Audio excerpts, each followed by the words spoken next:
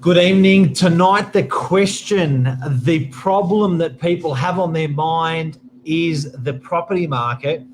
How sustainable is it? What are the big foreseeable changes in the future? Is it going to be by way of interest rates, economy, pandemic? And we're going to answer that with Stefan Bublo, expert. Hey guys, good to see you all. And myself. So together we've got over 45, 16. I've got 16 years. 42 years of experience. And you know what? We talk a lot with leaders in the industry. We talk a lot with people in the industry, buyers, sellers, tenants, landlords. And tonight we're just going to go through and step through what we think what's happening in that property market now and the biggest change that we're going to be seeing probably in the next 12, 24 and 36 months. Now, we're going to break it down into a couple of pieces, and we had a bit of a dry run before, Steve. Yeah.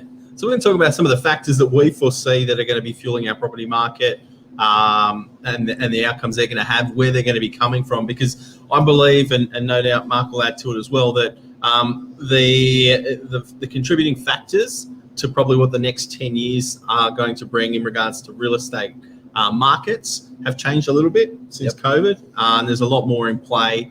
And also just talking about Australia as a whole, particularly the East Coast, as we're based on the East Coast, how that really relates to a global scenario and some of the benefits and or disadvantages that we might offer here with our property markets. A big cocktail. Now, to open up, you may think, guys and girls, that the property market doesn't really have much more room to go, much more room to play. But I'd just like to remind everyone that, for instance, if we're looking across New South Wales and particularly Metro, if we're looking across Sydney, I'd just like to remind everyone that the property market over the last 50 years has doubled every 10 years. Wow. Even the last 100 years, it's doubled every 10 years. So you think it'll double again over the next 10?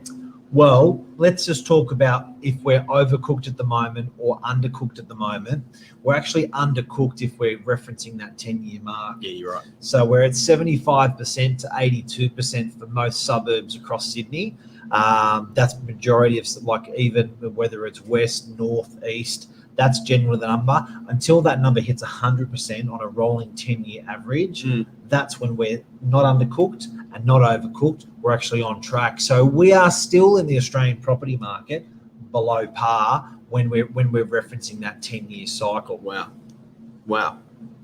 So I mean, we spoke obviously about a few different factors contributing to where we see the property market's going, and the heading of tonight's video is the international turbocharge, the turbo, as they say in Europe. I don't know how to say turbo. Yeah, that's exactly that's how we say it. You're European. I am. How do you know? Must be like Turbo. So, guys, look, a lot of factors, and Mark and I were talking about where we see international interest coming back to Australia. Why would international interest come back to Australia? If you lived in another part of the world, would you come and live in Australia? Yep. Mark, you raised some good points. What do you think's a yay or an A for moving to Australia? Okay. Now, I think that how much we weight the importance, guys and girls, on this is pretty significant. Everyone remembers when China fell in love with Australia, when China fell in love with Sydney, what it did to property prices.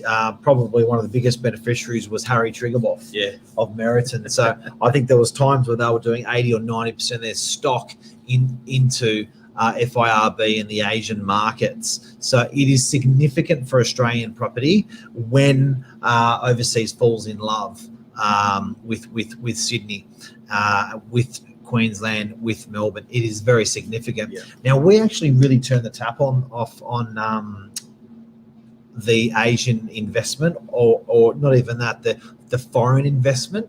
We turned it off hard before COVID. I mean, way before. And we turned our stamp duty to triple. So if you're buying something for $1 million, stamp duty would have been 40 grand. Whereas if you're buying something and you're from offshore, stamp duty would have been 120 grand just to make a $1 million purchase. So we did that about 4 years ago. So the nice thing is that we're actually in a really organic domestic market, not fueled hard by offshore investment. It's been sort of pulled back a lot. Yeah. But let's get into the land down under and the international, what we've called it, turbocharge into the property market. Why? Why?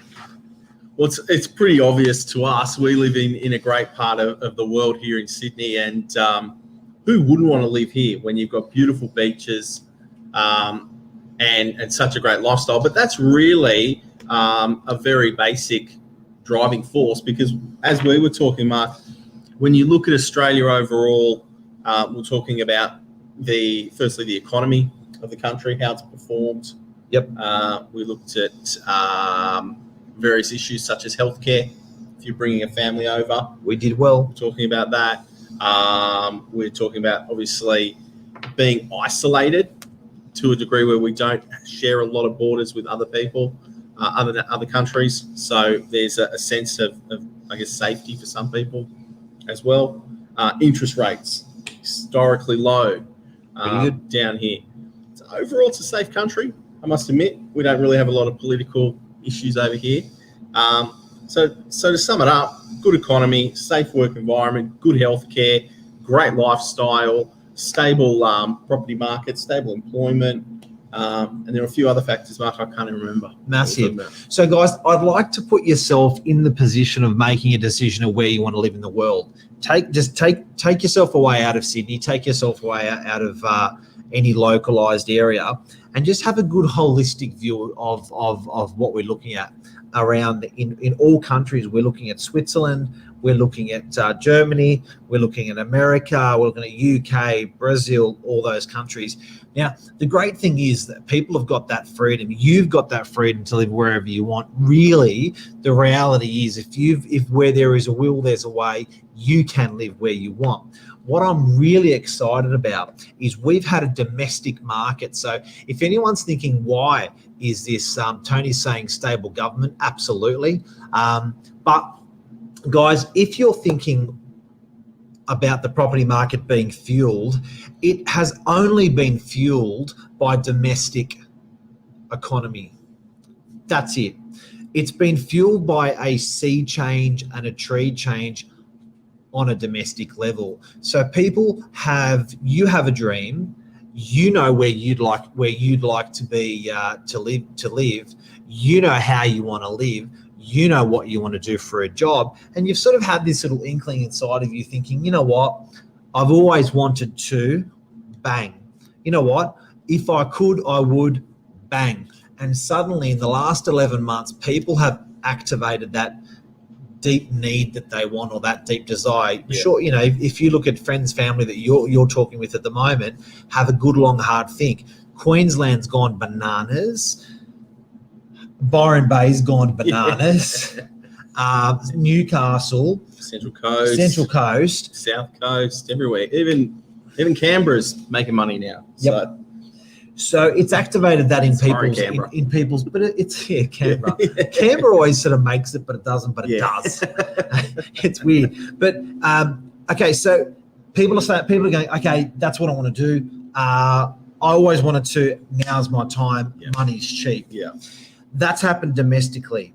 We have been in Australia. Now let's look at what porn stars we've been on a as Australians compared to international scale, and reinforcing what you're saying, Steve. Good citizens. So when the government says stay home, we stay home. When the government says we're going to be okay, we follow rule. That's important. Great, strong economy, considering how bad how GDP went in a lot of countries through COVID. Yeah. Great medical system, the testing, the tracking, Phenomenal. the tracing, and all that stuff. These things are super critical. Good education, climatically very good. Do you know what I mean? Not too much snow, not too hot, not too cold, climatically very good. We are really the lucky country on a national scale. I saw something out of 44 countries we were voted number 2 that were in there. We're looking pretty good. If you were looking at America, Steve, Honestly, Oh, well, you're right. I'm not wouldn't having a dig, but neither am I, but I wouldn't be rushing to move there. Not anytime soon. and if I was considering Sydney and I was considering America, LA, I think mate. LA, New York. right? Maybe we shouldn't use New York. Yeah, I think that decision became very clear in the last 6 months to 9 Absolutely. months of where I'm going to be going. absolutely.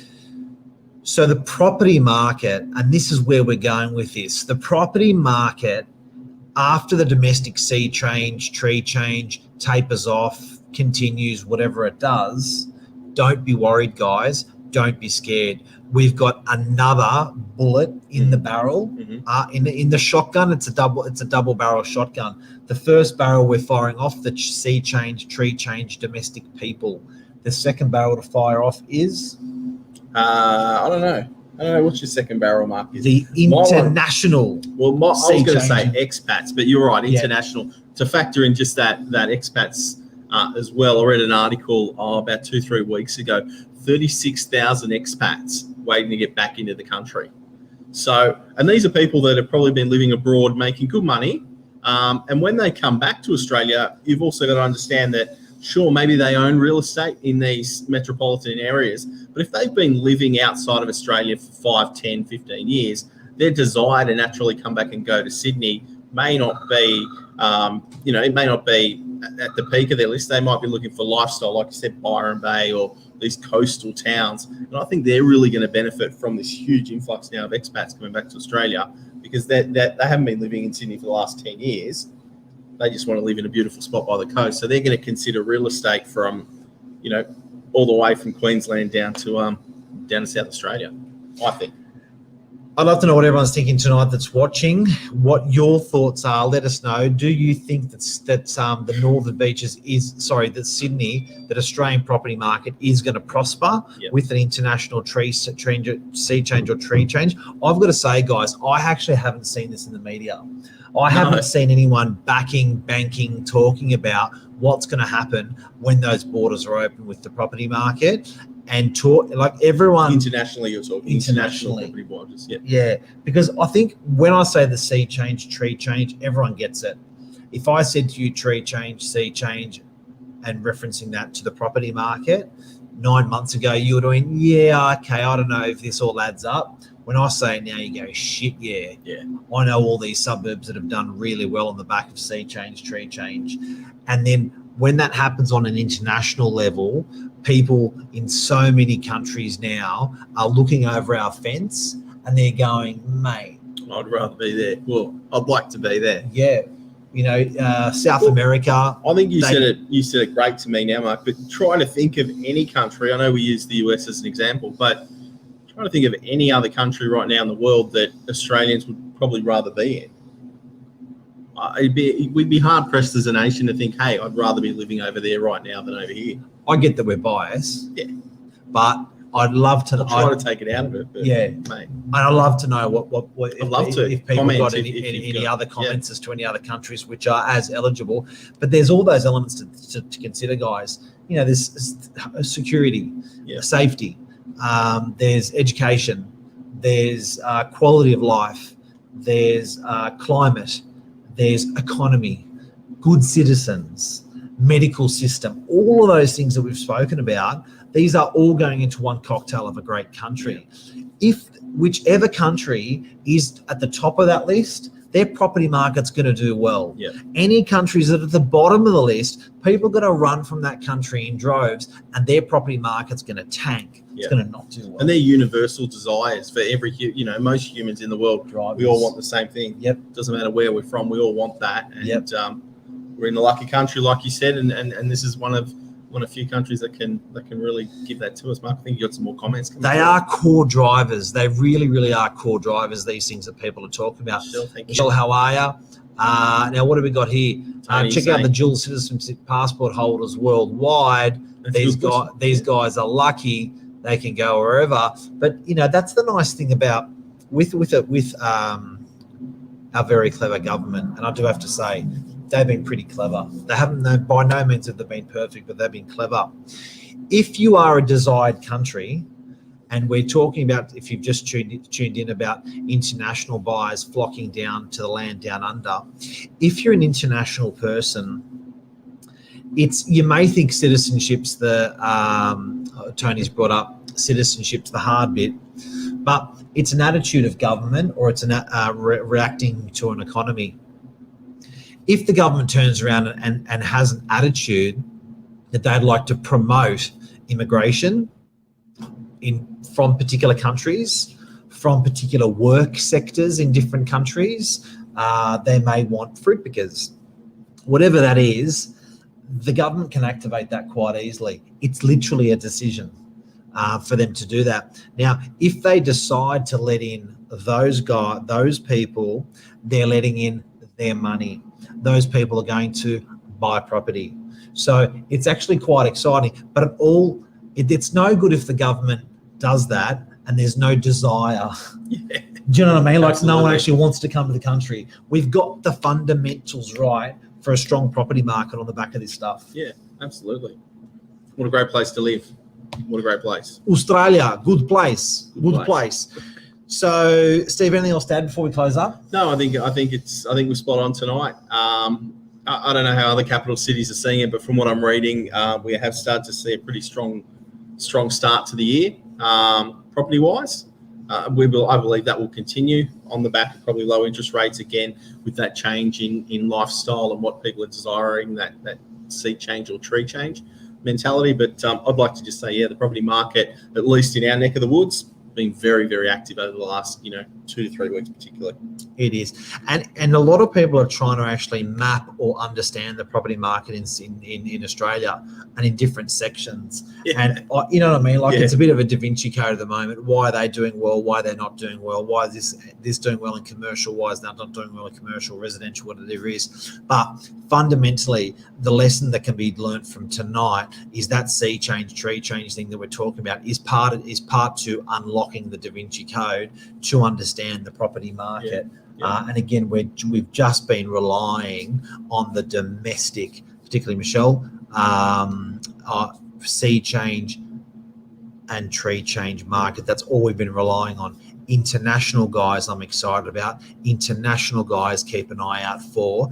It's going to be a real humdinger. So if we have a great property market in the next 12 to 24 months off the back of the domestic, I think the following 24, 36 and 48 months is going to be unbelievable for the international property market coming to attracted to our country. What excites me as well, Mark, just quickly, is that as population increases and as the market, I'll go back to market rather than population, but as the market picks up and starts to build, it's going to attract new development. So we're going to get newer homes, we're going to get more infrastructure upgrades. Developers are going to start seeing that, hey, look, it's worth us going out and delivering more homes and more products and more apartments. And along with that, there's reinvestment back into suburbs. So as that property market moves, that money is spread, and it's only good for everybody, to be honest. That's my own take on the whole thing. And potentially, Steve, we've talked about short term. Yeah. We've talked about mid-term, but I think long-term, in the next 10, 20, 30, 40, we get these people coming to our country, the right people coming to our country for the right reasons. Yeah. These guys are bringing their families up here, educating them, growing our country. Our parents are both immigrants. Yeah. There seems to be a wave of immigrants that have come through in the last 60 or 70 years. It sort of went back to, from the UK immigrants. Then there was the Italians, there was the Greeks, there was the Serbs, there was the After that, a bit of Vietnamese.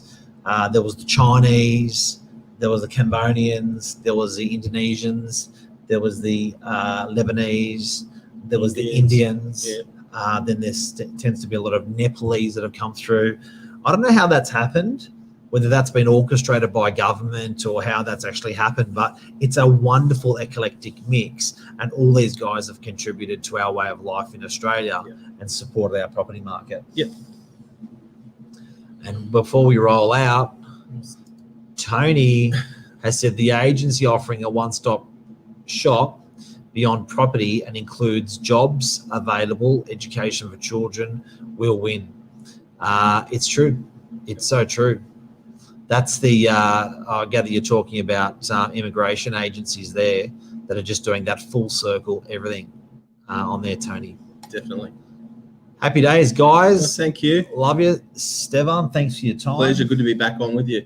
If you got any questions, pop them in here, direct message us. And if there's any topics you'd like us to pull apart and put back together with our 50, almost collectively hundreds of years of experience in the office, we can round table and bring it up for you, because it is cutting edge. I think when you're seeing what's happening in the media, it's almost all old news. Absolutely, yeah. I looked at the formats of where news is coming from these days, and the news houses are not what they used to be. Facebook, Twitter are really that cutting edge news platforms at the moment. So hopefully we've given you some really good information tonight on property on Sydney, Australia. Thanks, guys. Have a great night. See you, man.